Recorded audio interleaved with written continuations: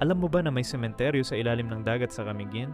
Noong 1871, sumabog ang Volcan Point. Buong libingan, buong lupa, buong mga krus, lahat bumaon sa dagat.